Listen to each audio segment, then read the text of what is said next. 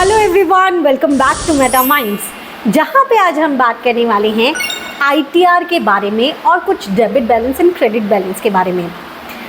Basically जो हमारी ITR है वो हमें फाइल करनी है 31 जुलाई 2024 तक।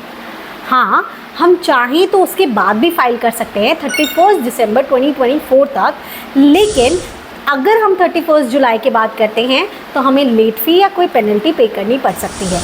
तो 31 जुलाई तक ये करना ज़रूरी है। दूसरी चीज़ आती है कि जब हम आईटीआर फाइल करते हैं तो हमें बैंक स्टेटमेंट की ज़रूरत होती है। कुछ बैंक स्टेटमेंट्स ऐसी होती हैं जहाँ पर आपके जो बैलेंसेस होते हैं ना, नीचे कोई उनका टोटल भी गिवन नहीं होता, और जो बैलेंसेस लिखे होते हैं डेबिट क्रेडिट, उनमें अमाउंट के साथ डेबिट क्रेडिट लिखा होता है। एंड सेकेंड थिंग है, वो अलग अलग अमाउंट्स नहीं लिखी होती हैं।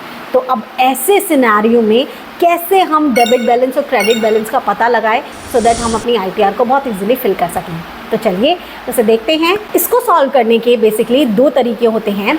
सबसे पहले आप एक काम कीजिए, जस्ट बिकॉज आपका जो बैंक स्टेटमेंट है वो पीडीएफ के फॉर्म में होगा, तो आपको वो इंपोर्ट करना होगा आपके एक्सेल के अंदर, बिकॉज हम सारा काम एक्सेल में करने वाले हैं।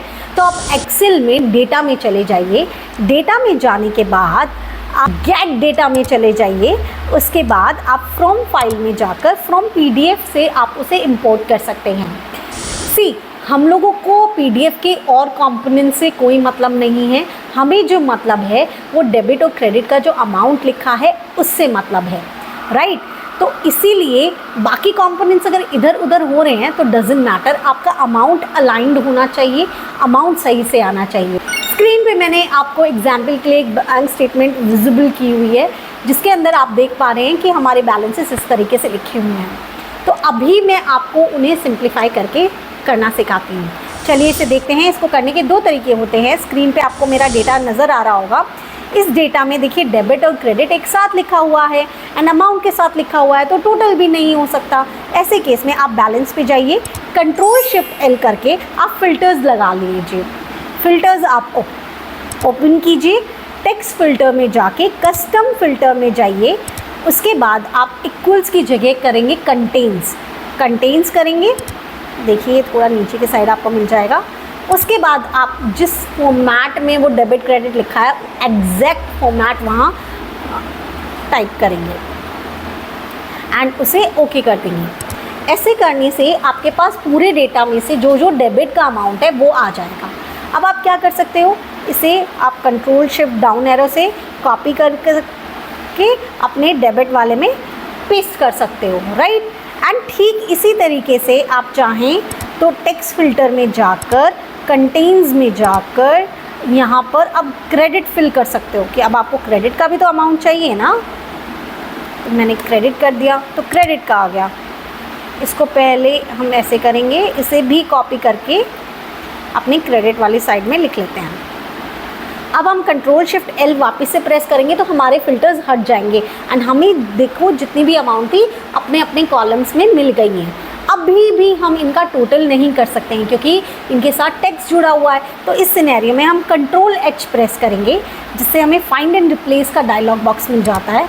अब सिंपली क्या करेंगे ना, हम लोगों को यहाँ से कॉपी कर लेना है इसे। हम लोगों को डेबिट हटाना है तो डेबिट को बेसिकली हम लोग इस सेल में से कॉपी कर लेंगे, क्योंकि कोई भी चीज़ फिर अलग नहीं होनी चाहिए। एंड स्पेस रखेंगे एंड रिप्लेस ऑल कर देंगे। इसने 10 रिप्लेसमेंट किए हैं।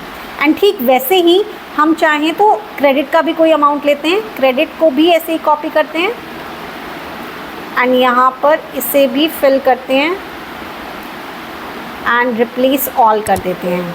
इसने 8 रिप्लेसमेंट्स किए हैं एंड देखिए सब जगह अमाउंट में से डेबिट क्रेडिट हट गया है।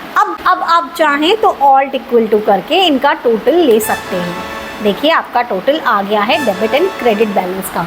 तो इस तरीके से ये आपका फर्स्ट तरीका था इसे सॉल्व करने का कि आप इसे ऐसे कर सकते हैं। दूसरा तरीका और जान लेते हैं, आइए। दूसरे तरीके के अंदर भी हम लोग कंट्रोल एच का यूज़ करके डेबिट को हटाएंगे तो कंट्रोल एच करेंगे। उसके बाद इसको सेल करके कॉपी करके यहाँ पेस्ट करेंगे, रिप्लेस ऑल कर देंगे ओके, एंड ये रिप्लेस हो गया है। अब आपको क्या करना है, हमें वैसे ही अपना अमाउंट चाहिए एंड सब चीज़ें चाहिए, तो कंट्रोल शिफ्ट डाउन एरो से मैंने इसको सेलेक्ट किया है, कंट्रोल जी प्रेस किया है, स्पेशल में मैं जाऊंगी, स्पेशल में जाके मुझे चाहिए कॉन्स्टेंट्स, लेकिन मुझे सिर्फ चाहिए नंबर्स, कि कितने नंबर्स हैं, and here we go, numbers आ गए, कॉपी किया, क्योंकि नंबर्स कौन से हैं, जो डेबिट का अमाउंट है उसको यहाँ कॉपी कर लिया, एंड हियर वी गो। अब आप उसको दोबारा सेलेक्ट कीजिए, कंट्रोल जी कीजिए, स्पेशल में जाइए, कांस्टेंट में जाइए, और अब हमें क्या चाहिए जिसमें टेक्स्ट भी है नंबर के साथ, तो आप टेक्स्ट भी सेलेक्ट कर लीजिए, कॉपी कीजिए, यहाँ पेस्ट कीजिए, यहाँ आ जाएगा। आपको करना वही पड़ेगा, कंट्रोल एच करके अब इसमें क्रेडिट लिखना पड़ेगा, सी लिख देंगे हम यहाँ पे, एंड इसको रिप्लेस करना पड़ेगा। इसने 4 रिप्लेसमेंट्स कर दी हैं, ठीक है, तो आपका ये रिप्लेस भी हो गया। अब चाहें तो आप total directly alt equal to करके ले सकते हैं।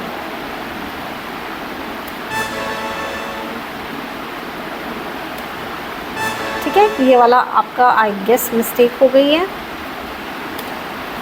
तो इसी तरीके से हम अपने डेबिट बैलेंस और क्रेडिट बैलेंस को निकाल सकते हैं। और भी इसी तरीके की ट्रिक्स जानने के लिए आप कर सकते हैं मेरे चैनल को लाइक, शेयर एंड सब्सक्राइब।